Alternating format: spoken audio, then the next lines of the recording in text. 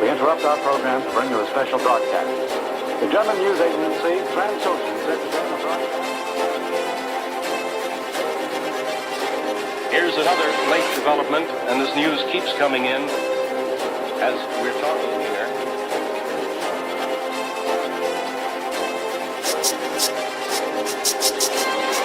Here's other information just in from the correspondent. All right, roll for initiative, Kat, because we are gonna go deep into D&D, and I hope your intelligence score is high. I hope so too. So, welcome to our D&D crash course panel. I'm very excited to do this panel. Yes. I just recently started getting into D&D and DMing and stuff. I started about 2 years ago, so I'm still kind of like a baby in the sense of like D&D. But we're gonna kick this panel off by talking about character creation, which is, I like character creation. And I hate characters. For me, I don't want to make my own. I don't mind helping people make others, but I don't want to make characters. Yeah, I mean, whenever I make characters, I kind of just like try to pick like an idea out of my brain and just like recreate it. I mean, one of my favorite characters I've made is a Lich Wizard, and like she's kind of just like me but cooler and does magic. So it's kind of just like there's a lot of like personal feelings into the character, and then you also get the meme characters where it's just like the bard, your level, like your 20th time making a bard, and you're just like, my bard plays bagpipes and the flute at the same time, so, and only knows how to play Old Town Road. So, and for me, when I put the work into building a character, I want to play it and play it and play it. I mean, I still have one of the first original characters I created back in the 80s, back when the Red Book was out. And she's a gray elf. They don't exist anymore. And you know, she was a thief wizard, which that doesn't exist anymore.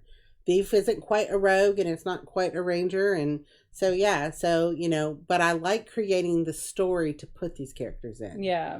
I do like that. So I like creating the I guess the adventure more than I like creating the characters. Yeah. And I mean, backstory definitely does have a lot, like, factors into the main campaign too, a lot of times, especially depending on your DM. Because I know personally, I've like factored a lot of my players' backstories into my campaign and been all like, well, here's how they're interwoven, and here's also how they're interwoven with these like NPCs. So backstory is definitely a big part of the character creation process. But if you're not really feeling like doing a backstory, it's totally fine, because D&D Beyond actually gives you like pre-made traits that you can add, and you can just kind of like build off of those. And same with the wonderful player's handbook here. There's actually a whole entire chapter about backstories, and it gives you like options, and you can also like kind of loosely pick one. I mean, if there's a backstory that like fits your character but isn't exactly like your character, you can still like tweak it a little. I mean, I know I've done that. Yeah, D&D Beyond actually is a great app, because it actually made, I had to make a character recently and it took me 15 minutes. Yeah. And I was like, wait, that was easy. That was painless. But the backstories are important so you can develop your character, and so that the DM can develop the story. Yeah.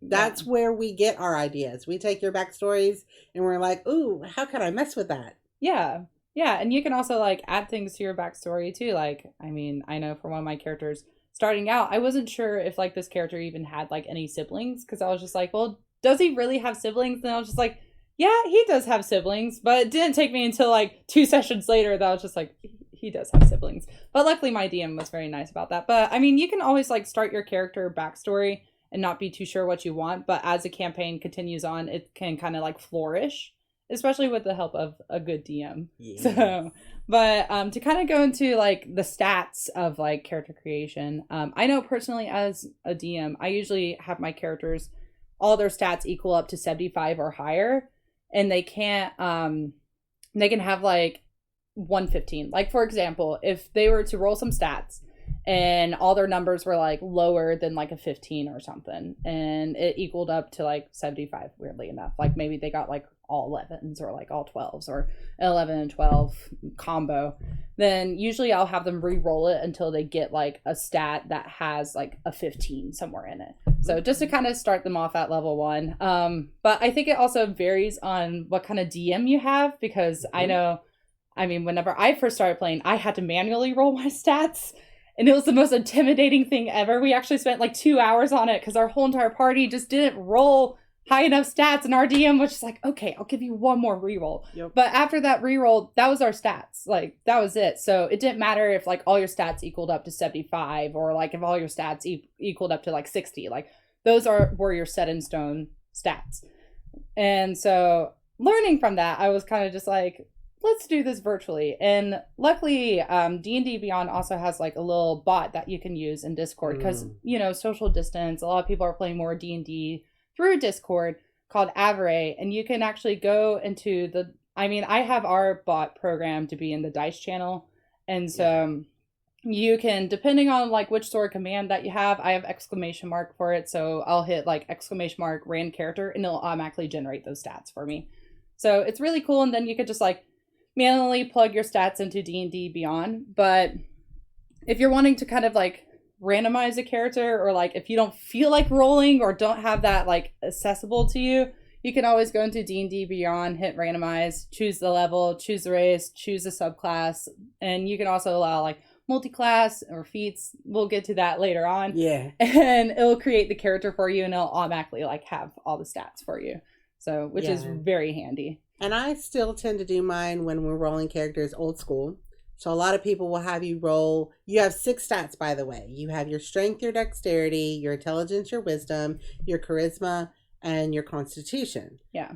So obviously they kind of explain themselves. Your health, your how quick you are, how fast you are, how smart you are, and how street smart you are. So a lot of people used to do a straight roll a d20 and then roll it one extra time. Yeah. And then drop your lowest. Then a lot of people switched over to roll 3d6. That way, the highest you can have is an 18, the lowest you can have is a 3. And I played with a DM many years ago that did it a little differently, and I adapted this because I thought it was brilliant. For me, you roll a d10, 10-sided dice, and you add 10 to what you roll. Because I'm not, unless it's because of something that's a trait from your character, I'm not going to let any of my characters have below a 10 on a stat. Yeah. Because it really puts you at a disadvantage. I mean, yeah, it's funny when you have a really stupid barbarian. But at the same time, 10 is an average intelligence. Yeah. You know, and you're supposed to be an adventurer. You're supposed to be a little bit above the average person. Yeah. And I feel like it's also a little unrealistic, too, to have, like, such of a low intelligence. Because, like, no person has, like, a 1 intelligence. Right. You know, that would be like looking at a rock and be like, I'm going to eat this rock. Right. And if you're that stupid or you're that weak or you're that whatever, you're not going to go out adventuring. Yeah. You know, if your constitution, your health is a 4, you're hooked up to oxygen. Yeah, you're not going adventuring. So it's not something that's realistic to me because we are talking about, one, we're in a fantasy setting. Yeah. You know, and it's supposed to be about make-believe. It's supposed to be about like reading that book and going into it. It's supposed to be about that. So yeah, you want to be a little bit better than you are for real. Yeah. So, yeah. Yeah, it's really interesting because like the running joke, especially in like D&D and like newer D&D, is that the wizard class is very squishy. They're very going into like subclasses and stuff. The wizard class is like very squishy, and I personally love wizard class. I think it's really fun to play, especially if you're like an evocation wizard, because you get all those like big like spells. It's incredible. But at the same time, I think that whole entire like 10 rule, like nothing is below a 10, is very fitting, because I never even thought about that rule. Because honestly, like my wizard has like a 9 strength, like barely on 10, and even then she has like a -1 modifier. So it's just like she's like wimpy. But I mean, I'm wimpy too, so I mean it's kind of fitting because she's a piece of me. But it's just really interesting that you say that, because I mean it is a fantasy world, but it's also nice to have a little touch of realism to it. And because if it doesn't have the realism, you're not going to connect to it. Yeah. And if you don't connect to it, it's not going to be fun. Yeah. You know, but yeah, I mean, you know, like it was funny too, because when I first started playing, it got explained to me that a wizard should always have a high constitution and intelligence. And I'm like, why? And they're like, because it takes a lot of inner strength Yeah. to cast these spells. Yeah. So you've got to be healthy. Yeah. And I'm like, and that's stuck with me ever since. So when I do a wizard, I do a high intelligence, a high wisdom, and a high constitution. Yeah. And I don't care about their charisma, Yeah. you know? And the reason that these things are important is when you're making the class that you're wanting to play, It definitely those factors. stats factor into what you want. Obviously, if you're a fighter, you want to be strong. Mhm. If you're depending on what kind of magic user you are, you want a high intelligence or wisdom or charisma. Yeah. You know, truthfully, I think if you're a barbarian, you want a really high health. Yeah. Because you're the tank. You're going to go in there and get hit a lot. Yeah. You know, and then if you're like a thief or a ranger, who is generally somebody that like fights from a distance, Mhm. you want to be quick Yeah. on your feet. So those things matter. And how you set your character up is how you divvy up your stats. Yeah. And I think it's really interesting because, I mean, especially in 5e, fighters and kind of like the melee classes, the ones that don't really use magic, they actually get like a lot of actions. They get a lot of turns. I was actually re-listening to Arc of the Adventure Zone, and Griffin, their DM, actually made a joke and was just like, "Oh, Magnus, their fighter, are you done with your turn?" And like their wizard was just like, "Yeah, when are we gonna get to our turn?" And like their brother Travis, who plays their fighter, he's just like, "Hold up, I have like one more action and then I'm good." He had like 3 turns, and it's nice because it makes up for the lack of like damage that they would do if they had like one action too, and if they use magic, because like with a lot of higher level wizards, like their one action could just completely obliterate their enemy depending on what sort of spell that they do and how successful it is. While I feel like with melee classes, like you could have a really cool sword that does like a lot of high damage, but you wouldn't be able to totally obliterate your enemy unless you take that extra action to like finish them. There was a joke from Critical Role. One of the characters in the first campaign, they had a thing because he did dagger, dagger, dagger, 3 attacks. Well, then he would haste.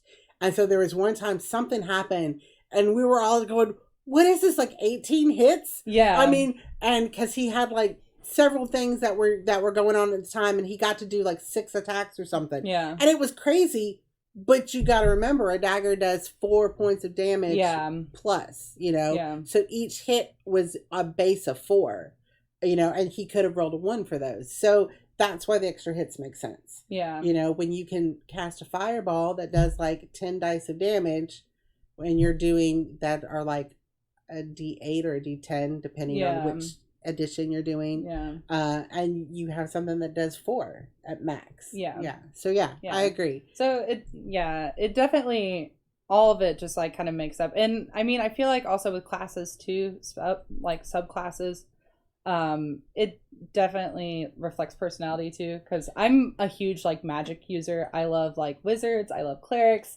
I mean, my first character, ironically enough, was a ranger, but I still love her very dearly. But I just like really love like my wizard characters because they're just like, they're seekers of knowledge, and I'm a seeker of knowledge, so it like reflects a lot of your personality. But also, don't be afraid to like try new classes too. I mean, I've never really tried the fighter classes before. I kind of want to, because recently they added like a gunslinger class to it. Yeah. And I'm just like, I want to be a gunslinger in D&D. I don't do the guns, and I don't like Eberron as much as some of the other worlds. I don't do artificers. Yeah. And I don't, because for me, what I like about it is the fantasy aspect. Yeah. Stop putting science in it. I don't want science. I'm not doing Not science. even magical science? Magic is magic, science is science. So, but that's my personal flair on it. Yeah. So yeah. Yeah, I like artificer classes. I think they're cool, getting to like tinker with things and adding magic to it. It's like, more rules I gotta learn. I don't there is a lot of rules. I will say in the Eberron book, the artificer class has 12 pages. I also don't play with psionics. Yeah, psionics. I haven't figured out psionics. It's all mind stuff. I don't play with that either because it's more rules I gotta learn. And there's like psionic points and luck points and stuff, which I mean, luck points I feel like are easier. They're very easy to use. Because, I mean, as a warlock, I believe as a warlock, and also certain, like, druid subclasses, because I know our druid in my campaign, like, that player, she has, like, some luck points, too. But it's very nice because anybody can take. yeah, Yeah. yeah, and it's very nice because you like if you get a really terrible roll and it's like a very important roll, then you could just be like, oh, I'm gonna use my luck point, and your DM's just like, okay. I will say our druid last night actually used a luck point, but it was for something not very great. So I'm not saying not to waste your luck points or like use your, but I mean, feel free to more fun. yeah, but it was just it was definitely for like a puzzle too, which I was just like, okay, makes sense. But there's like a lot of different classes, and there's like also subclasses too. Like for wizards, you could do like School of Evocation, which is like big controlled spells, or like divination. And then for rogues, you can take like the assassin subclass and mastermind subclass, which I haven't really figured out how that one works. Yeah. But it's very weird. And the one thing about this is there's always new things to learn about this, Mhm. and people expand on it, and there's homebrew stuff, which is Yeah. things people have made up on their own. But the big thing to remember is start simple. If you're Yeah. new to it, start simple, learn the basics, and then add to it. You can always change your character later, Yeah. you know? Or you can always multi-class too. Like once yeah. you start feeling comfortable enough, if your DM's okay with it, you can always multi-class into a different class and kind of take on some of the feats and some of the like mechanics of a different class and kind of make a cool little hybrid. yeah, definitely. You know, I mean, personally, when I do play characters, I like to play the opposite of me. Like we were talking about, you know, I had recently my character basically sat down with some bad guys and was like, hi, so tell me this. And then she also walked up to, there's this thing that's a living spell. Mm-hmm. He basically was a magical spell that is sentient now Yeah. and isn't a god because he doesn't want to be. But I walked up to him and was like, hi, I'm cute. We're best friends now. And we're best friends now. And that is totally not my personality, Yeah. but that's what makes it fun. It's make-believe. Yeah, and I think that's the most important part too, is just fully immersing yourself into it. Like at first it can be a little awkward because I know whenever I first started playing, I was just like, are we using voices? Are we like fully going into like role playing here? Like what is going on? But as I got more comfortable with the group I was playing with, it became easier to kind of like figure out like what everybody else was doing, because some people would be doing character voices but other people wouldn't, and don't be afraid intimidated by that. Like if some Yeah. people aren't using character voices, you can always use a character voice. Like there's enough liberty, and just don't be afraid. Yeah. I mean, if you want to dress up as your character, dress up as your Yeah. character. If you want to do voices, do voices. We've mentioned Critical Role when Yeah. we're talking about voices. Also, if you do watch something like Critical Role, don't expect your game to be like Critical Role. Those are Yes. professional actors and voice actors. The group you're playing with are your friends. Yeah. They're not Matt Mercer. They're not Ashley and Laura and Travis and Sam. And I mean, Mhm. come on. Some of these people have won major awards. Don't expect that. Yeah. That's not a realistic thing. Yeah. Just go in with no high expectations, but also don't go in with low expectations, because you could honestly get like really lowballed and like totally get blown out of the park too. Because you will get what you put in. Yeah. If you go in to have fun, you're going to have fun. Yeah. And I mean, I've been in like one shots and stuff with some friends where like everybody wasn't really super into it. Like it was just kind of like, it almost felt like it was a chore to be there. And I was just like, I don't want to be a part of this. So, because I like to have fun. I like to use character voices. But I mean, if you're also just not into that, that's totally cool. So, but we've talked a lot about like DM, which for those of you who don't know is Dungeon Master. Or Game Master. Or Game Master. Or some people will say your god for the night. Yeah. Real quick before we do talk about Yeah. that though, because we'll mention things in a little bit that are critical roles, which are Mhm. 1s and 20s. Yes. In battle simulations and sometimes in skill checks and things like that, it's a automatic failure or an automatic success. Yes. And we will talk about that shortly as well. But yeah, those are things that are gonna be coming up really quick. Yeah, I didn't even think about the mechanics. My intelligence super low today. Super low. But yeah, so DMing, or dungeon Game mastering. That's easier to say. Yeah, game mastering. So I'm a new DM. Like, I've never like game mastered before. I've only ran like one shots before. So this is like with the campaign with my friends, is like the first ever campaign I've ever run. It is so fun to be new. It's really fun, but also intimidating. I will say, last night I got like really bad anxiety trying to like narrate, because I keep on telling them, I'm just like, yeah, this arc is my narrative onion, and we're like unpeeling it. And then like halfway through, I was just like, I'm getting anxiety. Like, I even told them, I was just like, I'm having so much anxiety right now narrating this. So, but yeah, I'm very new to DMing, so I'm going to let you take over on this, because you have more experience than I do. Unfortunately.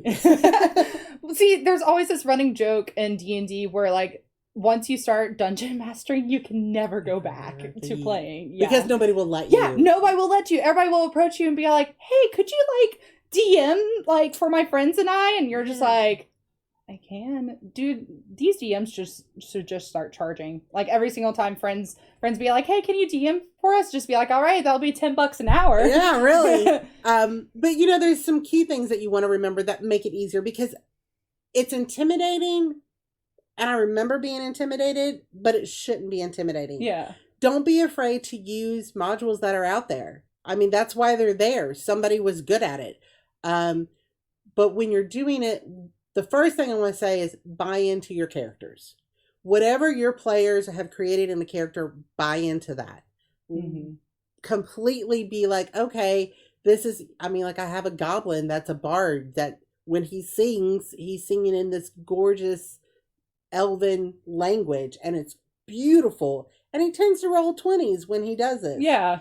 Buy into it. We came up with a backstory, how that works, Mm-hmm. The person that taught him to be a bard happened to be elven, and he taught him this, and it's a great story device, so buy into your characters.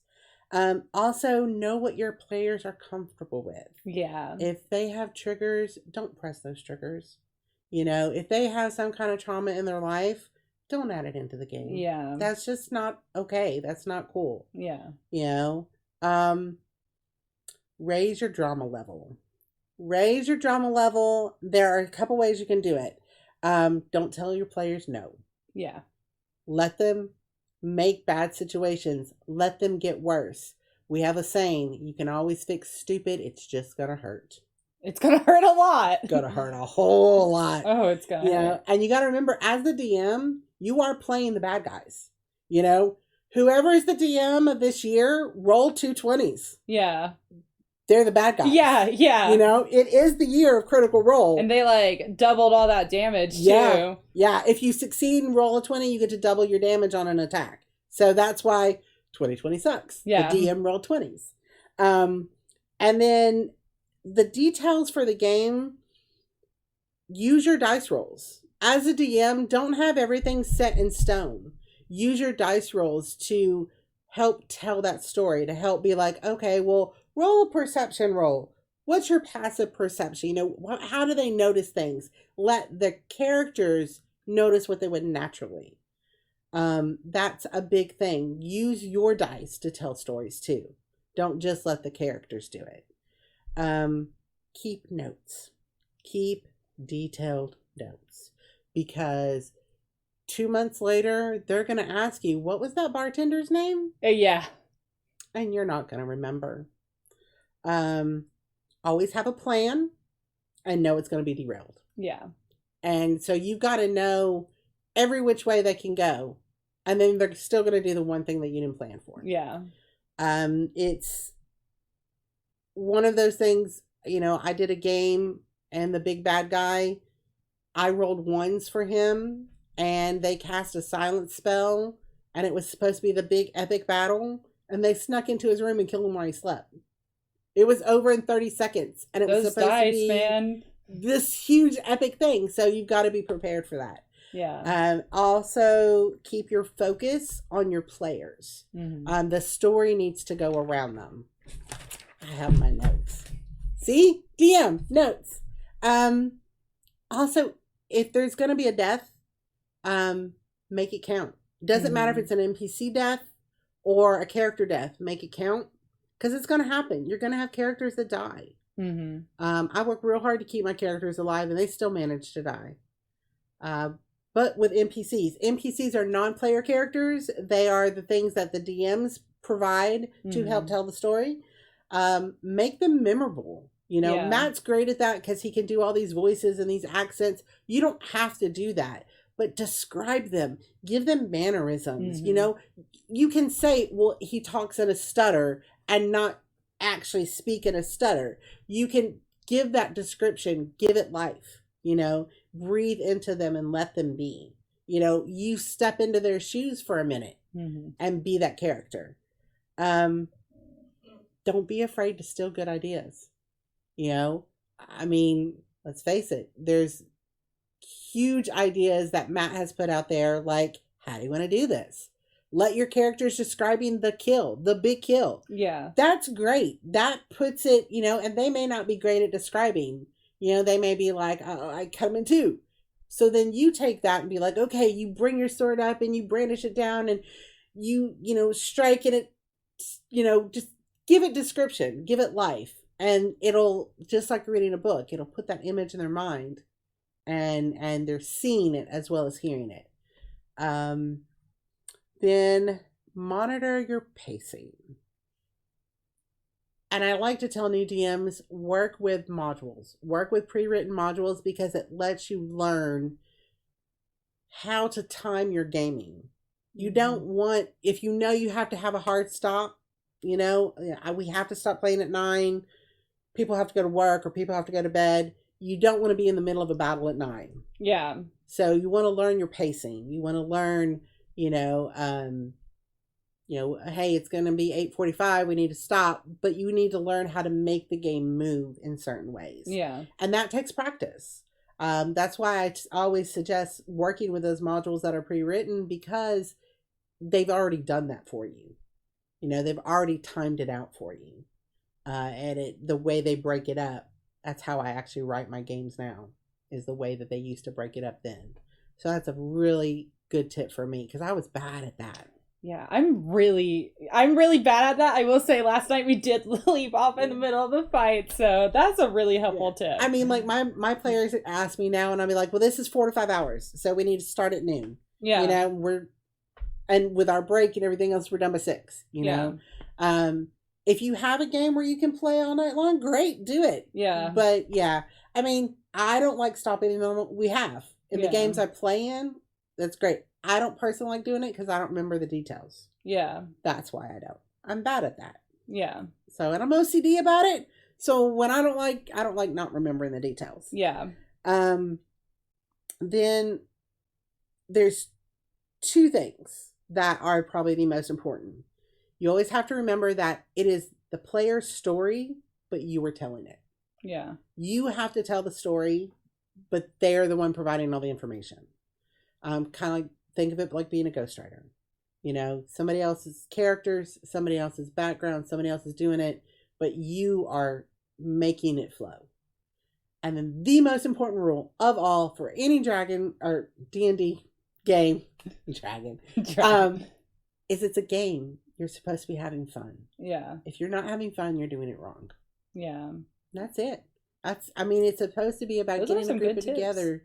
I even took some like mental notes on some of those tips, being a new DM. So I mean, it's just that's what I've learned over, you know, my many years of doing it. I mean, to be honest with you, the first time I played, my brother made me DM.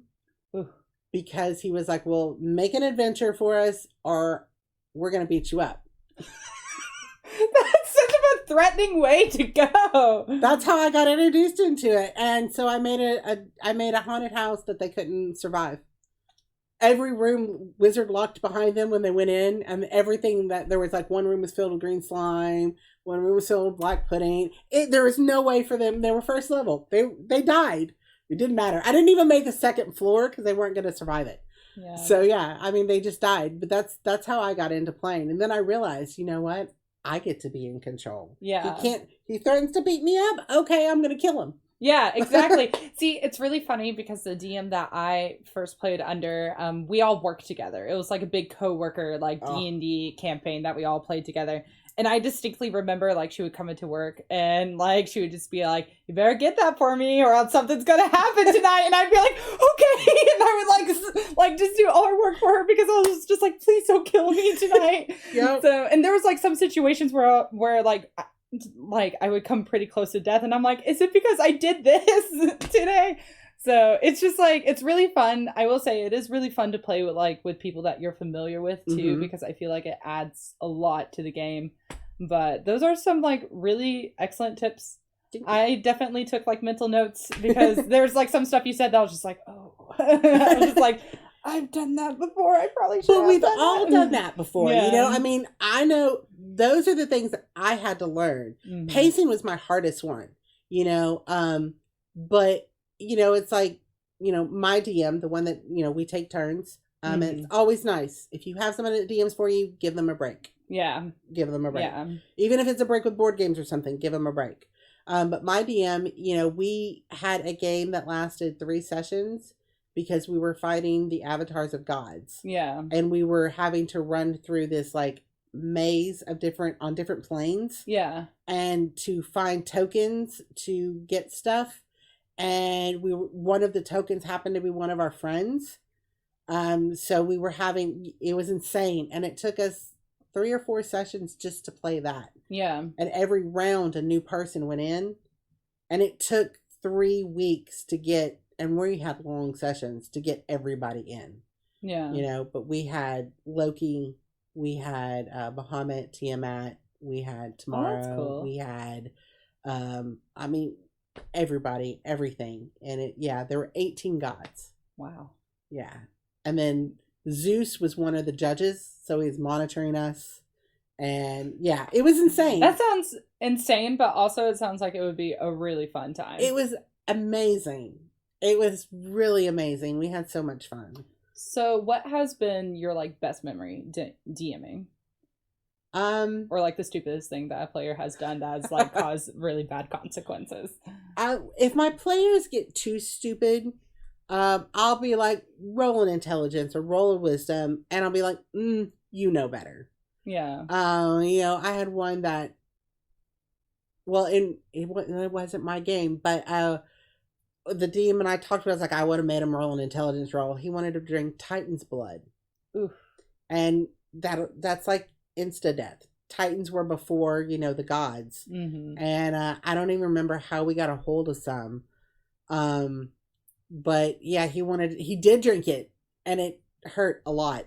Mm-hmm. I think one of my funniest ones though was we had puddles of negative energy that were leaking from like the hells. And they were forming like dimensional rifts. And it's another one. I had a player that wanted to drink it, and I'm like, why do people want to open a dimensional rift? And yeah, he wanted to drink. I mean, it's like it was pulsing bad energy, and it was this so black it was purple. And he was like, well, I'm going to put some in a jar. It's like the jar corrodes, you know, as soon as you put it in. And he had a magical jar, so he managed to get some. He's like, I want to taste it. And I was like, you want to taste it? It made glass melt. You want to taste it? And he's like, yeah, I want to taste it. I mean, like I said, you can fix stupid. It's gonna hurt. Yeah. So that was probably one of the most absurd ones. But there's so many. I mean, to be honest with you, my favorite memories are the fact that it was me and friends getting together and playing. And there's a lot of them that I got together with people that I only knew a couple of them. And I came out with this great group of friends. Yeah. Our current group right now, our main current group, we've been playing for over a year. When, you know, the pandemic was at its worst, we even did it online. And, you know, and it helped keep our sanity. Yeah. You know, it's a great social outlet. And it, you know, you go through these things that you get wrapped up in your characters, and they're so meaningful to you, even though it's just like reading a really good book. Mhm. You know, when one of your characters dies, or I had a panic attack when our friend got kidnapped. Mhm. She was a baby dragon. Yeah. She got kidnapped. I had a panic attack about it, you know? Yeah. And it's just those things of the friendships you get out of it, the closeness you get out of it. It strengthens it because you're going through these traumatic things together, but you're still able to step back from it and laugh. Yeah. So that's what I get out of D&D in general. Yeah. And it's definitely like building those bonds too with these people. Which, you know, it's funny too, because depending on where you're at, it has different meanings to people. Like here, it's, and in a lot of places, it's what the geeks and the nerds do. Yeah. Well, in Houston, it was something that the rich kids did. Yeah. Because you had to be able to afford the books. And like figurines are also expensive. There weren't many figurines back then. That came like later. You got a few, and they were all average, and they were like 5. Yeah, that was it. But there were because you got this box that was like this, and it had the red. They weren't even hardback. Yeah, they were red paperback, red covers, and but you had to be able to afford all the books. You had to be able to have everybody over at your house and feed them for the weekend. So like if everybody was getting together for the weekend, so you had to have money to do that. Yeah. You know, so that was something all the rich kids did. You know, they got together and we would hang out at one person's house, and the next week we'd go to somebody else's and have like big slumber parties and eat and play. Yeah. You know, it was a different environment. Yeah. So yeah. That's so wild, because I mean, I grew up like not really hearing about D&D much because it wasn't that big, and it was like the whole thing where it's like only geeks and nerds like play it. And as I got older, some of my friends went off to college, and one of my friends came back and she was just like, oh yeah, I've been playing like D&D with some friends like at college, and everybody was just like, oh yeah, I've been playing D&D with my friends in college too. And it's just like, it's so weird to think about, because it's just like, is college just like a big bridge into D&D? Like, is it just like... I think for a lot of people. Yeah, because like that's how I got into it too, because I had a friend that was into D&D, and I never really got to play with her, but we would like talk about it, and then finally I was just like, well, I want to play D&D. And then I started working at a bookstore, and everybody, like one of them used to own a game shop, and she was super into D&D, and so she became our DM for like all of us. Yeah. So it was just like a really cool experience, I guess, for me, because like I had friends that were into it, but they never really included me on it because they already had their group of people that they played with that they were comfortable with. So I was to finally be able to have my own little group to like play with was just like such of a satisfying experience. And I mean, Kane is like the best DM. I usually actually go to her for advice because I mean, just a few weeks ago, I was just like, hey, I'm kind of stuck with this, like, whether or not I should balance out, like, puzzles versus encounters in this, like, dungeon that I'm making for my players. And she was just like, why not just have a lot of both? And I was just like, okay, but my players are a little dumb, but we'll still do a bunch of puzzles. Even last night, whenever we were playing, I mean, I had this whole entire door puzzle, and it's, you know, the traditional, like, is this door lying? Or, like, the door's a liar. Turns out both doors just wanted to chat, and there was like a mirror that was actually a door. So it was just like, I love my players, and I did let them do some stupid stuff too, because I mean, it makes the game more fun. Yeah, exactly. And I mean, our barbarian, love her to pieces, but she is also one of those that likes to like eat stuff. And she'll like, I'll be all like, hey, there's this weird green liquid that's on the walls. And she's just like, I'm going to eat it. And I'm just like, but why? Yeah. And so, but it's definitely cool to have a DM that's like really chill and is totally just like, okay, we'll do it. And sometimes like whenever I'm DMing too, I'll be like, okay, well, try it. Just go ahead and try. And they're just like, you're using that tone of voice, which makes me think that I shouldn't try. And I'm like, no, just go ahead and try it. Why not? Don't be a rule mongler. Yeah. They're guidelines. They're not hard and steady rules. Yeah. You know, that's the other thing. I get annoyed with those. Yes, I also get annoyed with like huge player or rules. DM. Don't do it. Yeah, don't do it. Just and your it's DM makes the flexible. decision. Yeah. I will say, you know, another thing that was really cool is I use D&D with my special needs kids that I work with my own son. It helps them read.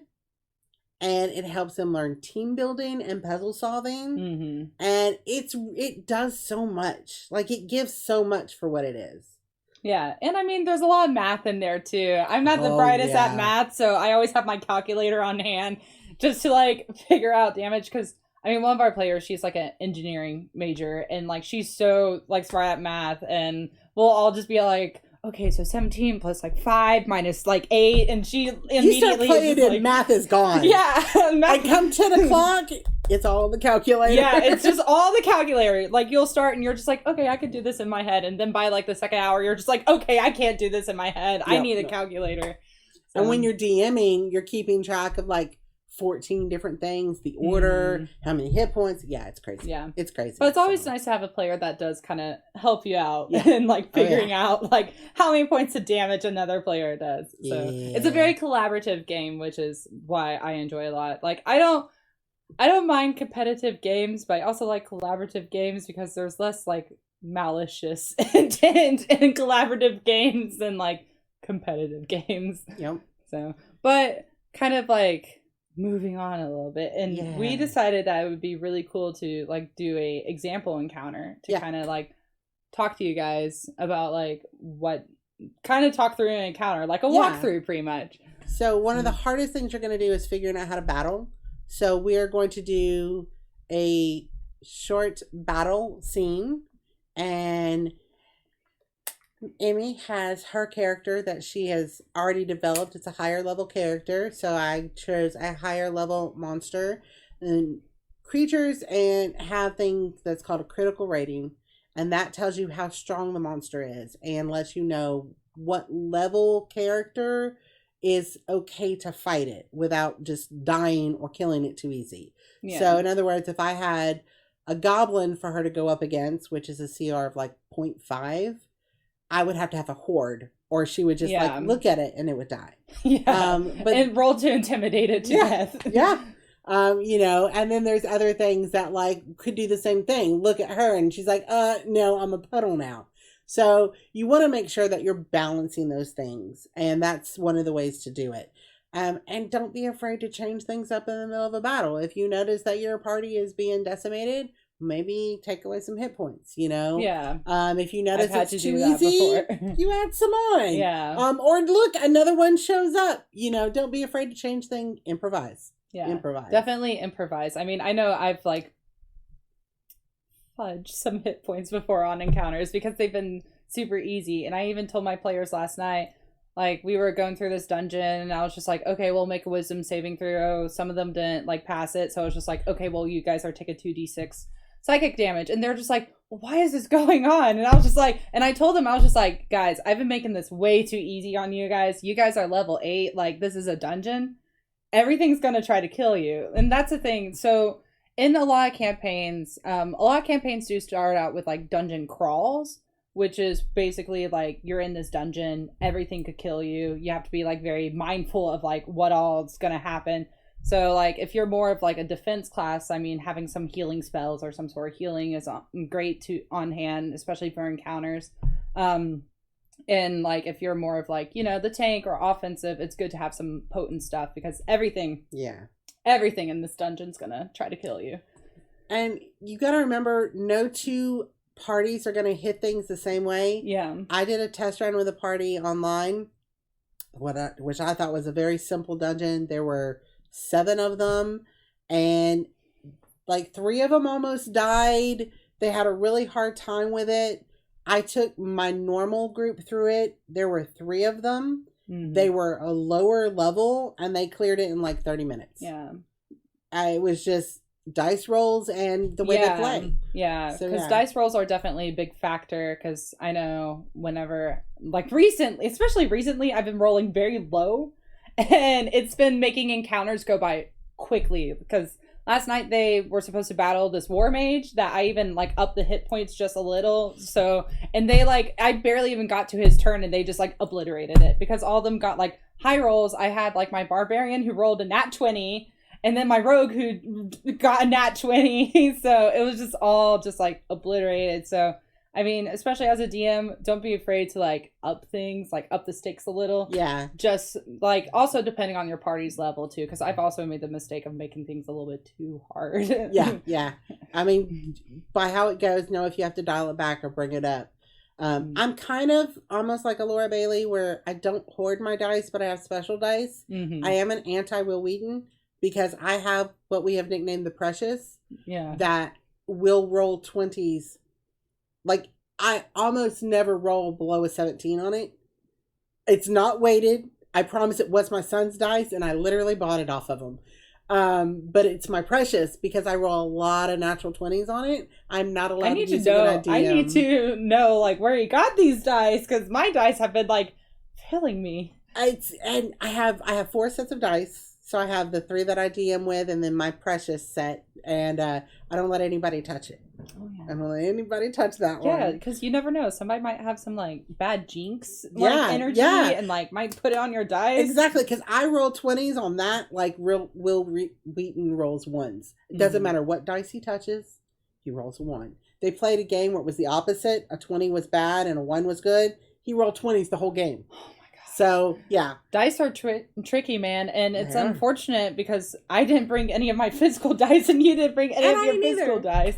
So I'm actually going to be using the new dice feature on D&D Beyond that they just added to do my rolls because I think I actually like using it, but I also like the feel of physical dice. So whenever I play with my friends, I usually use my physical dice. But in this case, I'm using D&D Beyond. And I'll probably also use the Avray bot on Discord because I just want to confuse my players. And I always use physical dice just because I don't prefer the bots. They don't roll for me. Yeah. And like my other 3 sets of dice, they don't roll well for me either. That's when I have to use the DM. You know. I usually put my dice in like dice jail. Like I have like at least 6 like D20s that I use, right? Half the time I only use like 2 of them because the rest I'll like roll before the game and I'm just like, oh, you got like 2 4s in a row, you're going in dice jail. yeah, definitely. The only ones that never do is my 1 set. I have 2 D20s in it. I did add another one. It's my old lucky one that I've had for 20 years. And it went in with a new Precious.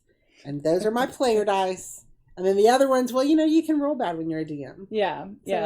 It makes things interesting too whenever you roll bad as a DM, especially on like checks and stuff. Yeah, like your necromancer doesn't wake up. Yeah. When the goblin rolled a 1 on his sneak and creeping through the hallway literally as loud as he could was going, sneak, sneak, sneak. But the necromancer rolled a 1 too and didn't wake up. So Wow. Yeah. That was a really lucky situation right there. Yeah, it was. I actually rolled 2 1s in a row, which is why he didn't wake up. See, that's whenever I get anxious. It's whenever I roll 2 1s in a row because then I'm just like, am I going to roll another one? Or is hopefully the next roll going to be a 20? Yeah. I mean, yeah. It was, but those are the things that happen. So, we're going to start with, what do we see?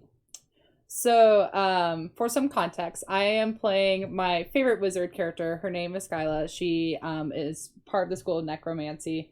Or it's complicated, but she does like necromancy pretty much, and I guess she is on like inside a dungeon, and she is trying to find this really powerful wand that she's heard rumors about in Neverwinter.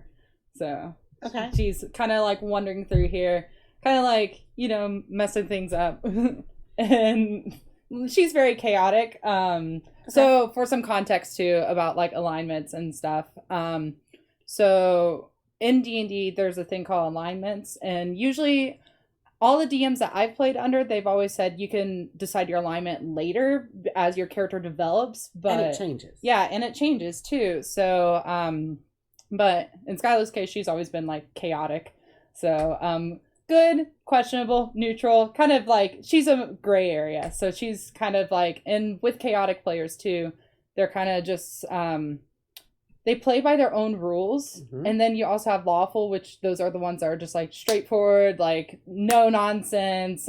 We play by the laws of the world. And then you kind of just have your neutral ones that are just like, I can fall both ways, but I'm just gonna like, you might tend to be a little bit on the good, or Depending on the Yeah. situation. So you have lawful, you have neutral, and then you have chaotic, and then you have good and evil, and neutral too, but I mean, yeah, because but- neutral, because you can be true neutral, which means that you have to keep the balance, and that's the hardest to play. You never want to play that.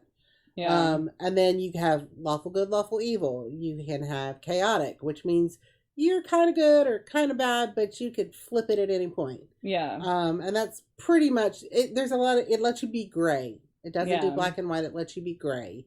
Your lawful characters are the only ones that have to be black or white. Yeah. They actually have morals. Yeah. They actually have morals. And if you have a good DM and you are playing a lawful character and you don't go by what you're supposed to, they have to make you change your alignment mid-game, which can affect things that your character can do. Yeah. Because, like, if you're a holy paladin, which is a holy knight, and you do something evil, you lose your powers. Yeah. Because you changed alignment. Yeah.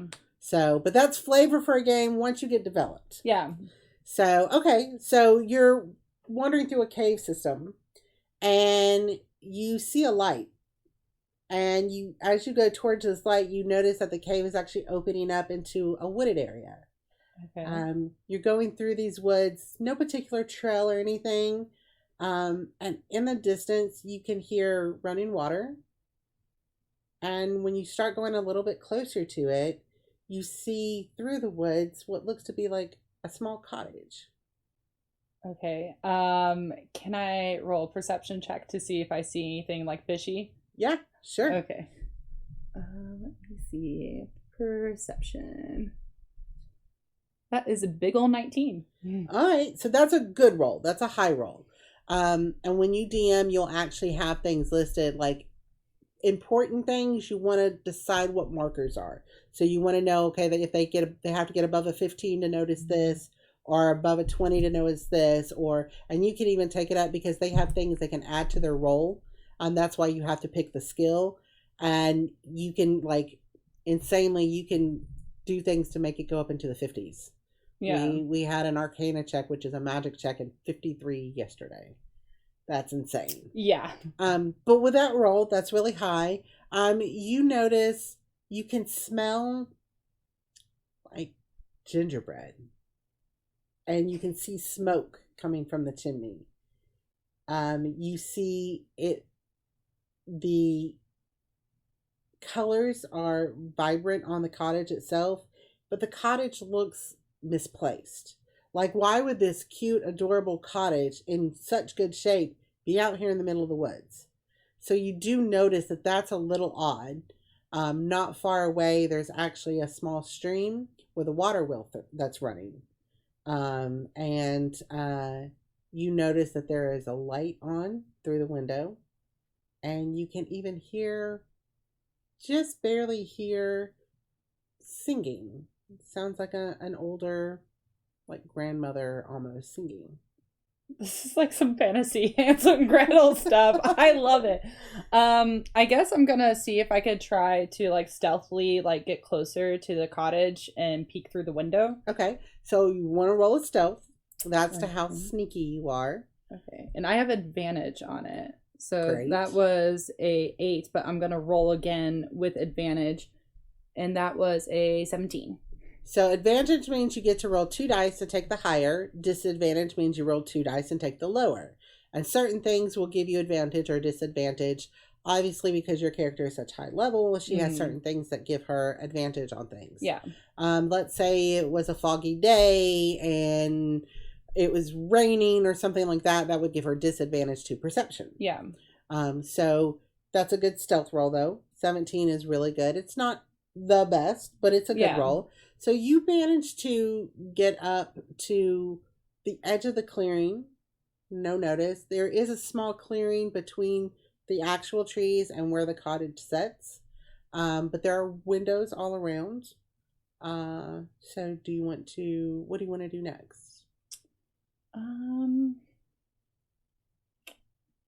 So it looks like somebody's in the cottage, right? Yes, there's definitely someone in there, and you can smell the cookies.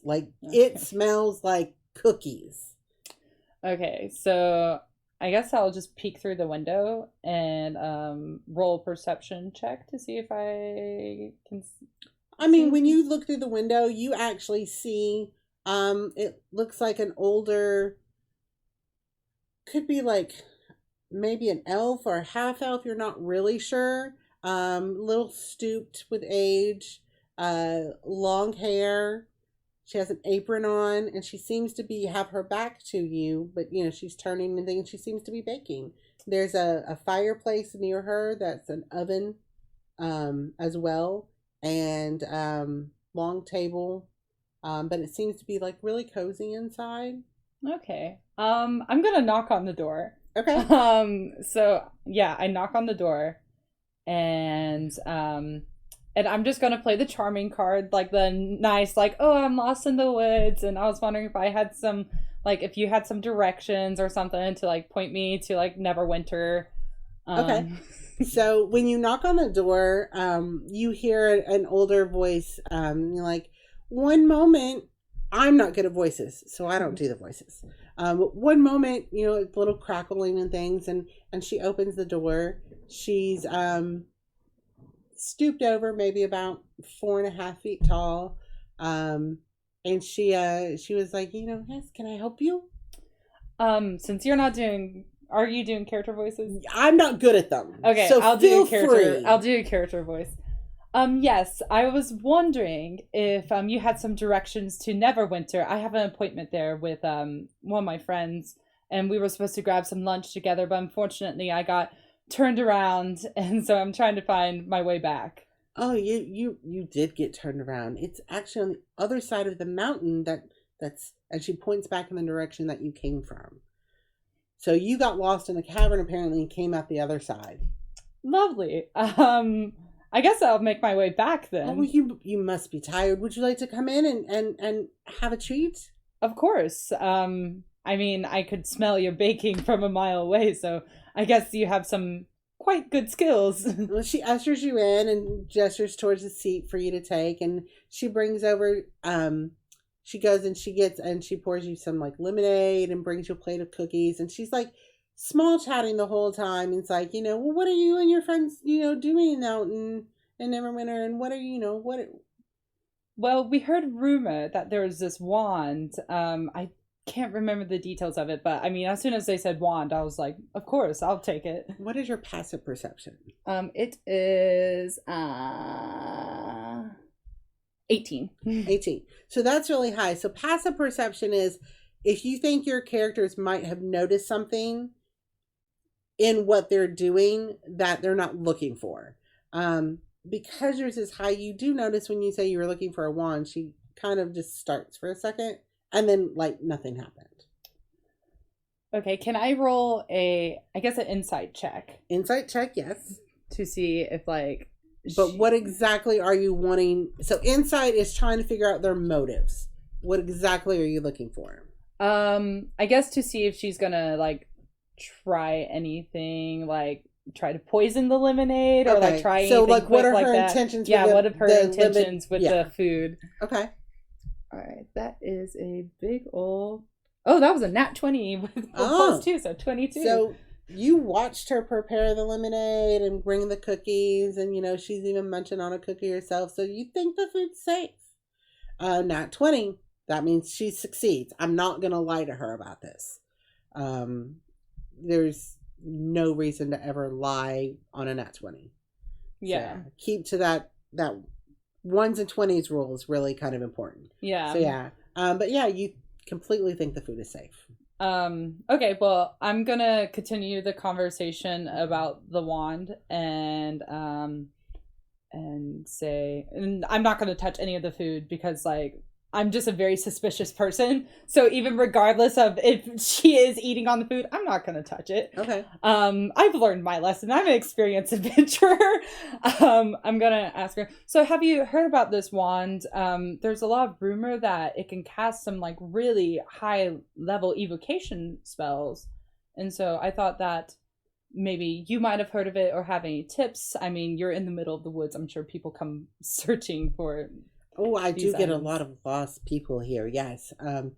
And she goes back to making her cookie. She's like rolling out the dough and everything and like talking to you still.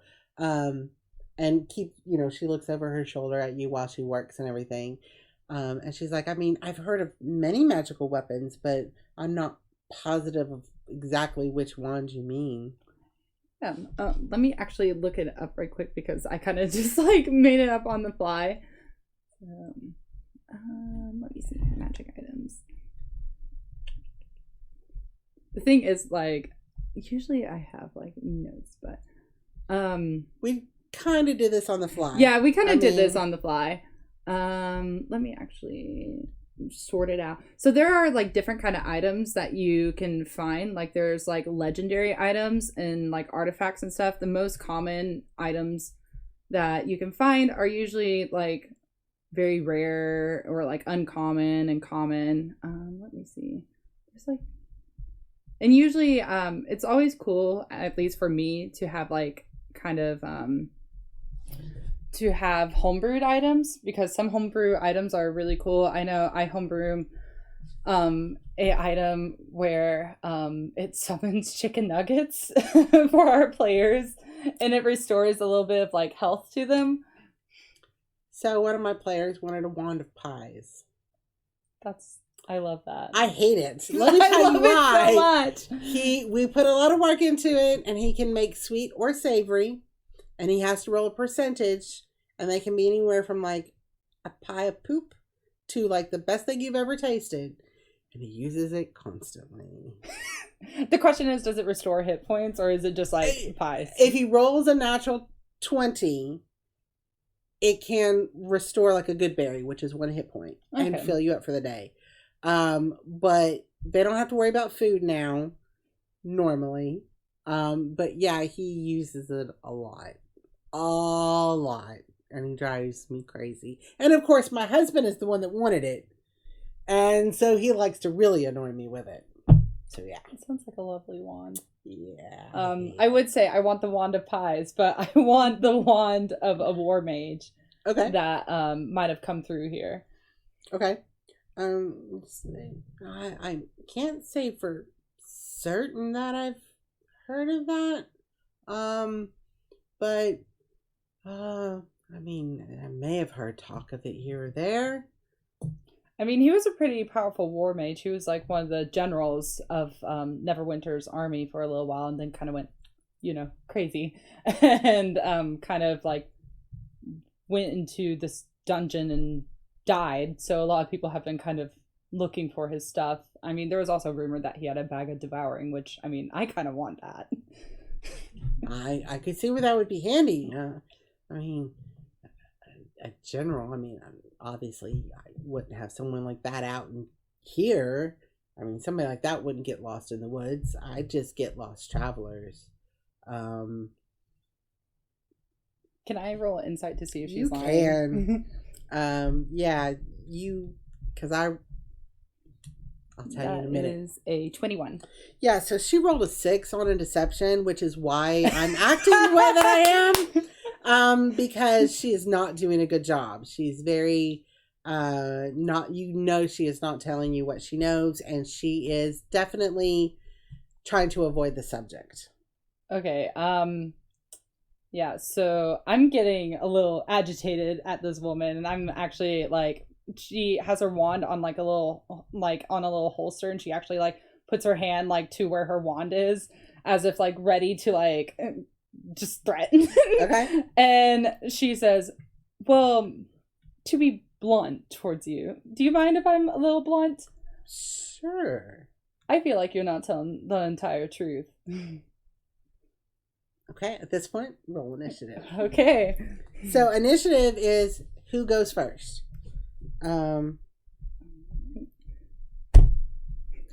Just so you know. Roll the natural one. I got a 14. So for me, I normally write down the order because it's not normally just your person and the bad guy. You normally have like 3 to 7 party members, and then you have all your bad guys. And so I have a sheet, and I put all the hit points down on that. That's how I keep up with it. There are apps that will do it for you, like D&D Beyond. It's like we're Mhm. doing an ad for them, but we're not. And there's also Roll20 and several other apps that are really good for it. But yeah, for me, I'm old school. I like paper. Yeah, So, I yeah. usually write down our initiative order on paper and like the hit points too of like the encounters that they have, just so I can like scratch them out and like add the new hit points. Yes, and I had one of these things years ago where we had like wooden tiles and we put them down on this thing and it put the order, but it didn't let me keep up with the hit points, so I didn't like it. Yeah. It's great for the players, bad for the DM. Yeah. So yeah, but as you see, I got a natural one, so you go first. Okay. So I'm gonna cast a first level magic missile. And I believe that one just like automatically Yes. hits. There is, I believe there's a saving throw, a dex. It's instantaneous, so I don't think there's a dex saving throw for this one. Because the way they do it, they either get a savings throw, or which means they get a chance not to be hit or to take less damage, or it's a ranged attack. Yeah. So it either tells you, It's just one action. So it should in the description. It's Yeah. been so long since I've done Magic Missile. yeah, you create 3 glowing darts of magical force. Each dart hits a creature of your choice that you can see within range. A dart deals 1d4 plus 1 for force damage to its target. The darts all strike simultaneously, and you can direct them to hit one creature or several. Okay, so yeah, no, there's no saving throw. So this one just auto hits. All right, so the spell description will tell you normally exactly what your character is doing. If it has, like, there's certain things you'll have to know, like there's certain things that'll keep you from being able to move your hands, then you can't cast it if it has certain things where you need to move your hands, things like that. All right, so I use roll 3d4, Mhm. which for this I'm actually going to switch over to the Discord bot that I have because it's just easier because it adds it all up for you. So that is going to be 9 plus 1, so 10 points of damage. Okay, so 10 points. All right, so that was her action. Every battle thing is you get a movement, an action, a bonus action, and a reaction. Now, the big thing is if for any reason, like let's say you want someone in your party to go before you, but you rolled higher, you can use your reaction to hold your action. You cannot hold movement, you cannot hold bonus. So you can move and take a bonus action and then hold your action, but that also takes your reaction. Yeah. And a lot of people get confused on that. That's one of the rules that we constantly have to explain. Yeah, and also like in reaction to like if like another character is like running past the enemy or something to get to another place like that's like above the enemy, that enemy can actually take an opportunity attack and take a swipe at that character too, depending on Yes. what it's That's doing. called attack of opportunity. Yeah. All right, so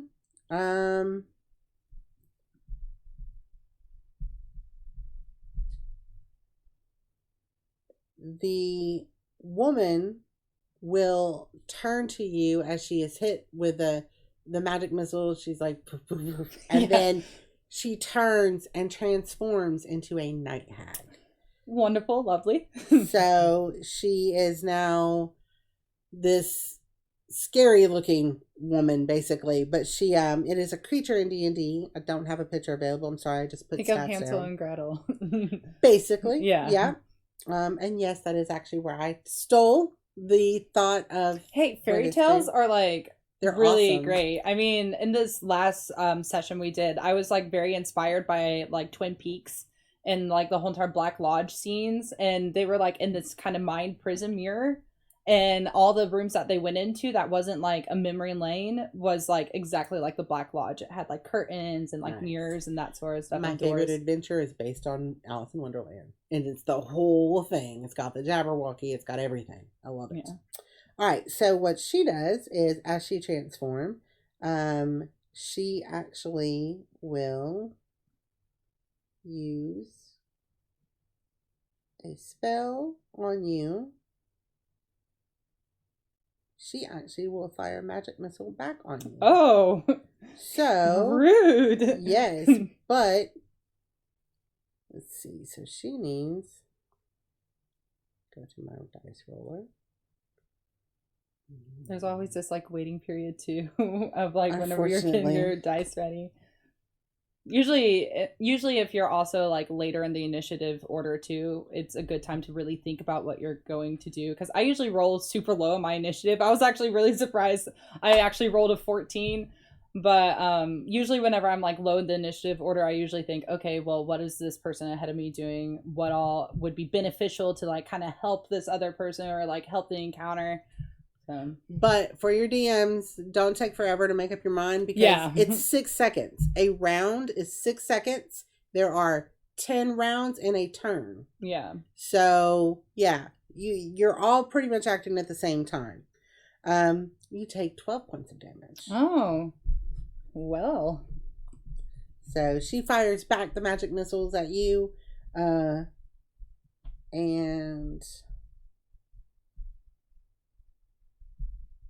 it is now your turn. Okay, so she's like, all right, challenge accepted. And so instead of using a spell, she's actually going to use her dagger.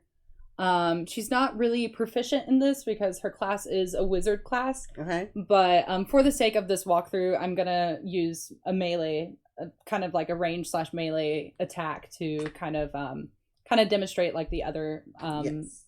ways to attack. So how far away is she? I mean, 15 feet. Okay, so yeah, so she's gonna throw her dagger. Okay. And so to roll to attack. And this is important. Is it magic or silver? It is magic. Okay. All right, come on, roll that d20. Does a 9 hit? No. So she's kind of just like, okay, well, she's gonna be like, okay, well, two can play at that game. I'm gonna switch to non-magic, and takes out her dagger, kind of like throws it, and it just kind of misses her and embeds like right in the wall next to her. Yep, pretty much. So yeah, armor class is what you have to roll to hit somebody. And everybody has a different one depending on if you're wearing armor, how fast you are, and things like that. So she is going to do a claw attack. And since she's going to move up to you, because she's now within 5 feet. You have to be within 5 feet to hit. And sorry, I'm having to go back and forth. No, it's all good. And roll. Natural 20. Not even lying. Oh my gosh, that definitely does hit. So that oh my gosh. automatically hits, and my dice are double. So, and she had a +7 to hit anyways. So roll your damage, fam. 2d8 +4 slashing damage on that. Okay. So let's get that up there. That good old calculator. So that's 14 points of damage. Okay. I rolled 2 3s. Okay, she's not looking bad off. But she has some cuts. Yeah. So all right. So that was her turn, so it's back to yours. Okay.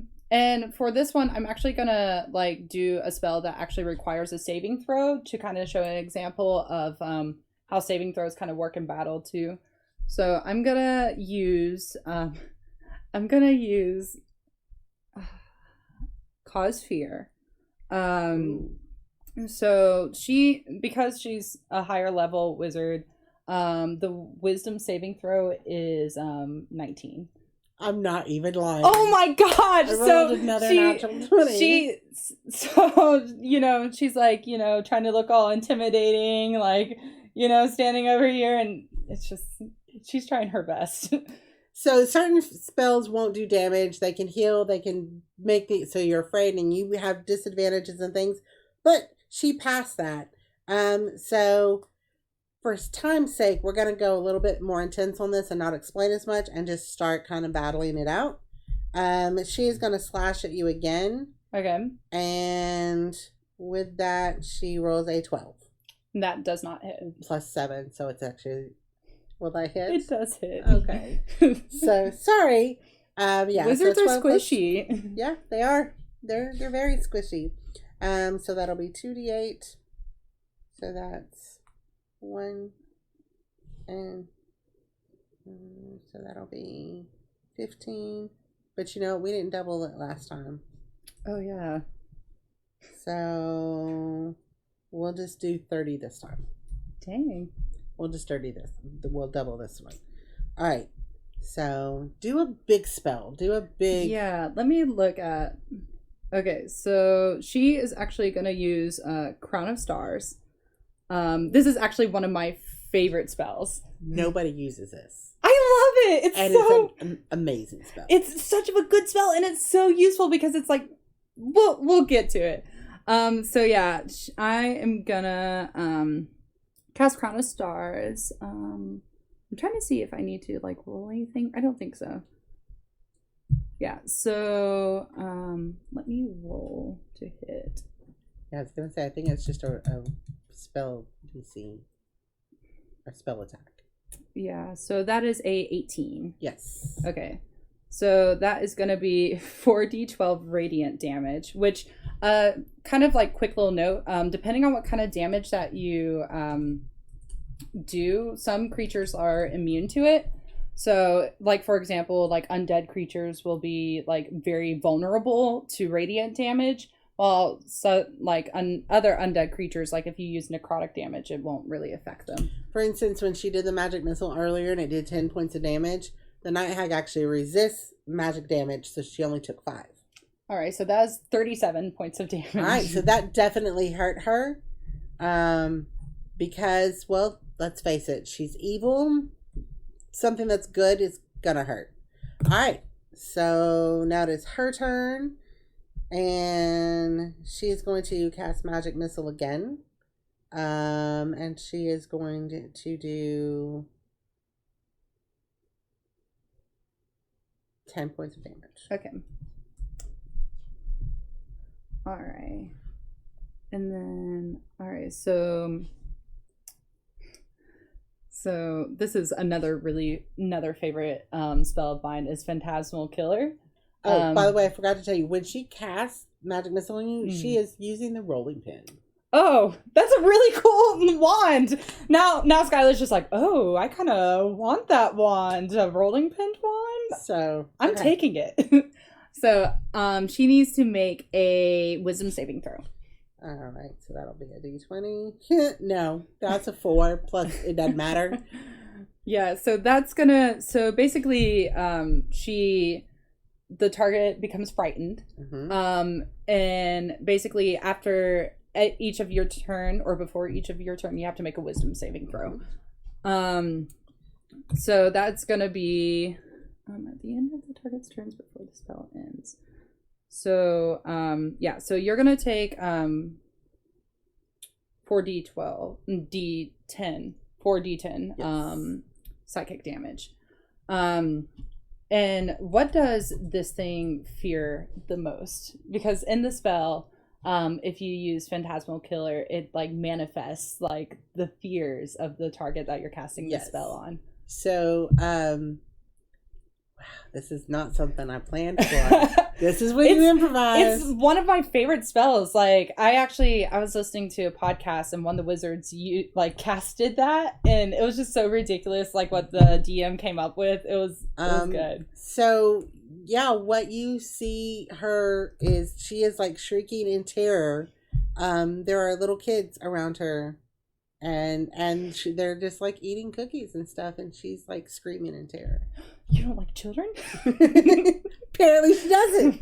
Well, I mean, I was totally deceived by your cottage and your sudden need to want to kill me. All right, so that's going to be 18 points of damage. So 18. Everybody's just like, oh my gosh, this one-off battle. When does it end? It's actually not... She's looking pretty bad right now. All right, she cannot attack you because she is afraid. Mm-hmm. And actually is going to take her action. So all she gets to do is roll a saving throw to see if she comes out of it. No, she does not. So she is just too busy screaming at the children eating cookies in front of her. All right. Yeah, so Yeah, so you're gonna take another 4d10. This is why I love this spell so much, and especially for like higher level wizards too, because like once you kind of hit that higher level, you get kind of all the cool big spells. So that's gonna be 27 points of damage. And then I am actually gonna use a cantrip, Okay. which I haven't used that yet, but cantrips are usually like the very basic spells that you kind of cast at will, and it doesn't burn a spell slot, which as a wizard you kind of have like you have a certain amount of spell slots, but with a long rest you can recover them, or with a short rest you can recover like one, I believe. Yeah. Depending on how nice your DM is. Yeah. I mean, like in my game, we actually use our hit dice to recover our spell slots because we regenerate. Oh, interesting. So yeah, it makes for fun. Oh, that's cool. All right, so I'm gonna cast Ray of Frost. So I'm gonna make a ranged spell attack. Okay. That is a 21. That hits. All right, so that is 4d8. So that is gonna be 19 points of damage. 19. I believe she is dead. So how do you want to do this? So she, like, Skyla and all her, like, kind of, like, chaotic she lifts her wand and she's just like, well, I hope you like the Arctic, and kind of just, like, casts this ray of frost at her, and it kind of, like, freezes her, and then just, like, shatters. Okay. So the ray of frost comes, a beam comes from the end of your wand, and it strikes the hag as she's screaming, and she just completely freezes over, almost like encased in a block of ice, and then it just shatters into pieces. As she shatters, an illusion falls from around the cottage, and it's not this quaint, cozy cottage. It is like a rambling shack, and you can actually see things that you didn't notice before, which there's like some clothes in one corner. There is still the stove in the oven, the fireplace in the oven, and there's meat that's up there. It's not a baking, but meat. As a vegetarian, sure. Skylar is just like recoiling. She's just like actually make me a perception roll. Yeah. That is a good old 24. Yeah, it looks like it was probably humanoid. And the only thing that doesn't change its appearance is her rolling pin. I'm gonna take it. Okay. When you pick it up, you notice that one of the handles is a little loose. Oh, I'm gonna unscrew it then. And the one you were looking for slides out. Now I can add it to my infinite collection. There you go. So that was a very brief encounter on a battle, and that's how you do it. That's it. Thank you for coming to our D&D crash course. This went on for a very long time. Yes. Hope you enjoyed it. Hope you guys enjoy the rest of the virtual day.